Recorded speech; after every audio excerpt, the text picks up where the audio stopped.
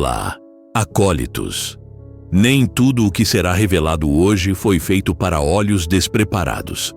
Durante séculos, enquanto crianças aguardavam a chegada de uma figura benevolente vestida de vermelho, outra presença observava em silêncio, antiga, temida. Uma criatura coberta de pelos, com chifres, correntes e um propósito bem diferente. O Natal, como o conhecemos hoje, nem sempre foi feito apenas de luz, presentes e celebração. Os registros antigos revelam um inverno marcado por medo, punição e controle. Um lado sombrio que muitos preferem esquecer. Seja bem-vindo ao Arquivo Cipriano.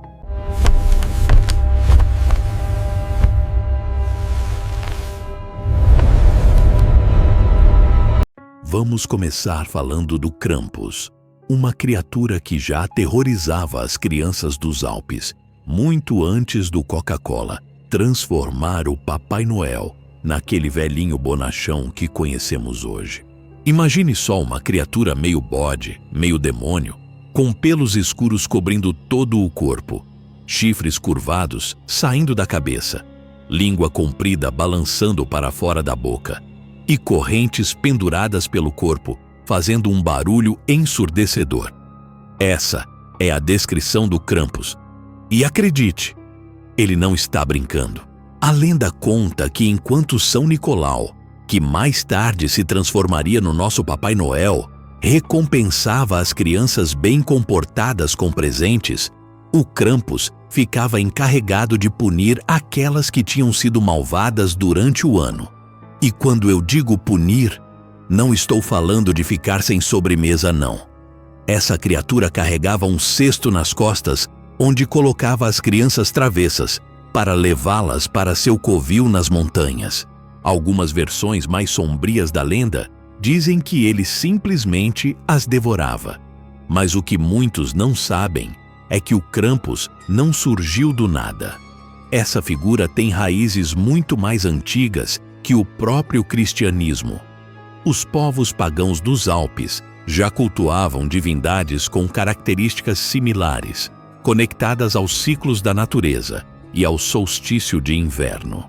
Quando o cristianismo chegou à região, em vez de simplesmente eliminar essas crenças, a Igreja foi esperta e as incorporou à tradição natalina, transformando antigas divindades em companheiros de São Nicolau.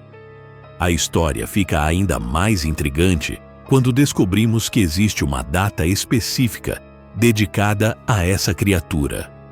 Todo dia 5 de dezembro, nas regiões alpinas da Áustria, Alemanha e outros países europeus, acontece a Krampusnacht, ou Noite do Krampus.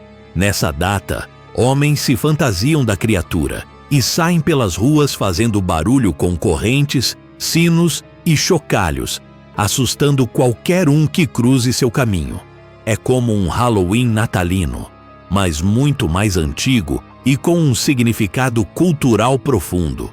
Porém, o Krampus não está sozinho nesse universo sombrio do Natal. Existe toda uma família de entidades que podem fazer você repensar aquela ceia harmoniosa em família. Na Islândia, por exemplo, as crianças não precisam se preocupar apenas com uma criatura, mas com 13.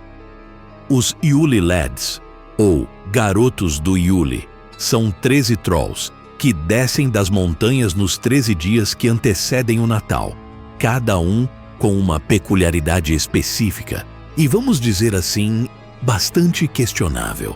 Tem o Stekjastaur, que é obcecado por molestar ovelhas, o Giljagaur, que se esconde em estábulos para roubar leite, e o Stufur, que é anão até para os padrões de troll e tem uma estranha obsessão por lamber panelas sujas. Cada um deles visita as casas em uma noite específica e as crianças deixam sapatos na janela. Se foram bem comportadas, ganham pequenos presentes ou doces, mas se foram malvadas, encontram batatas podres em seus sapatos. Mas espera que a família disfuncional islandesa não para por aí. A mãe desses 3 irmãos é Grilla, uma giganta que, segundo a lenda, tem um apetite insaciável por crianças malcriadas. Ela desce das montanhas com um saco enorme nas costas, coletando crianças travessas para preparar seu ensopado favorito. E para completar esse quadro familiar de terror, ela tem um gato chamado Jolacoturin, o gato de Iule, que devora qualquer pessoa que não esteja usando roupas novas no Natal. A coisa fica ainda mais estranha quando olhamos para outras tradições europeias.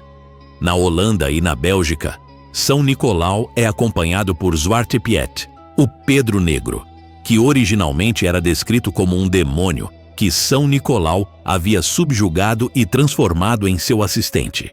Pedro carregava um saco e uma vara de bétula, e sua função era levar embora as crianças malcriadas. Essa figura passou por muitas transformações ao longo dos séculos, especialmente devido às questões raciais envolvidas em sua representação moderna, mas sua origem como uma entidade ameaçadora permanece. Na França, existe uma tradição ainda mais macabra envolvendo o Père Fouettard, ou pai açoitador. A lenda conta que ele era um açougueiro que, junto com sua esposa, sequestrou, matou e tentou cozinhar 3 crianças. São Nicolau descobriu o crime, ressuscitou as crianças e forçou o açougueiro a se tornar seu servo como forma de penitência. Desde então, o Père Fouettard acompanha São Nicolau, carregando feixes de varas para açoitar as crianças mal comportadas. O mais fascinante é perceber como essas tradições revelam muito sobre as sociedades que as criaram. Elas serviam como ferramentas pedagógicas poderosas, ensinando as crianças sobre comportamento, obediência e as consequências de suas ações, mas também refletiam os medos coletivos dessas comunidades, suas ansiedades sobre a sobrevivência durante os rigorosos invernos alpinos e a necessidade de manter a ordem social em tempos difíceis. Durante a Idade Média e mesmo depois, o inverno era uma época de escassez e perigo real. As comunidades dependiam da cooperação e da disciplina para sobreviver aos meses frios, e essas figuras sombrias do Natal serviam como lembretes dramáticos de que comportamentos antissociais podiam ter consequências fatais. Era uma forma de educação através do medo, mas também através do simbolismo profundo. É interessante notar como muitas dessas tradições quase desapareceram durante os séculos XIX e XX, especialmente com a influência crescente da cultura americana e a comercialização do Natal. O Papai Noel bonachão e exclusivamente benevolente se tornou a norma, e essas figuras mais sombrias foram gradualmente relegadas ao folclore regional ou completamente esquecidas. Porém, algo curioso tem acontecido nas últimas décadas. Com o interesse renovado em tradições autênticas e na história cultural, muitas dessas figuras estão voltando. O Krampus, em particular, tem experimentado um verdadeiro renascimento, não só na Europa, mas também em outros países, incluindo os Estados Unidos. Festivais de Krampus estão aparecendo em cidades americanas, e a criatura tem sido tema de filmes, livros e até cervejarias craft têm lançado cervejas temáticas. Talvez isso aconteça porque, no fundo, essas tradições tocam em algo fundamental da experiência humana. Elas reconhecem que o mundo não é só bondade e generosidade, que existe um lado sombrio na natureza humana e que até mesmo as épocas mais festivas carregam elementos de mistério e perigo. Enquanto a versão comercializada do Natal nos vende uma fantasia de perfeição familiar e felicidade universal, essas antigas tradições admitiam que a vida é mais complexa e ambígua. Ao olhar para essas criaturas, talvez a pergunta mais importante não seja se elas existiam, Mas por que precisávamos acreditar nelas?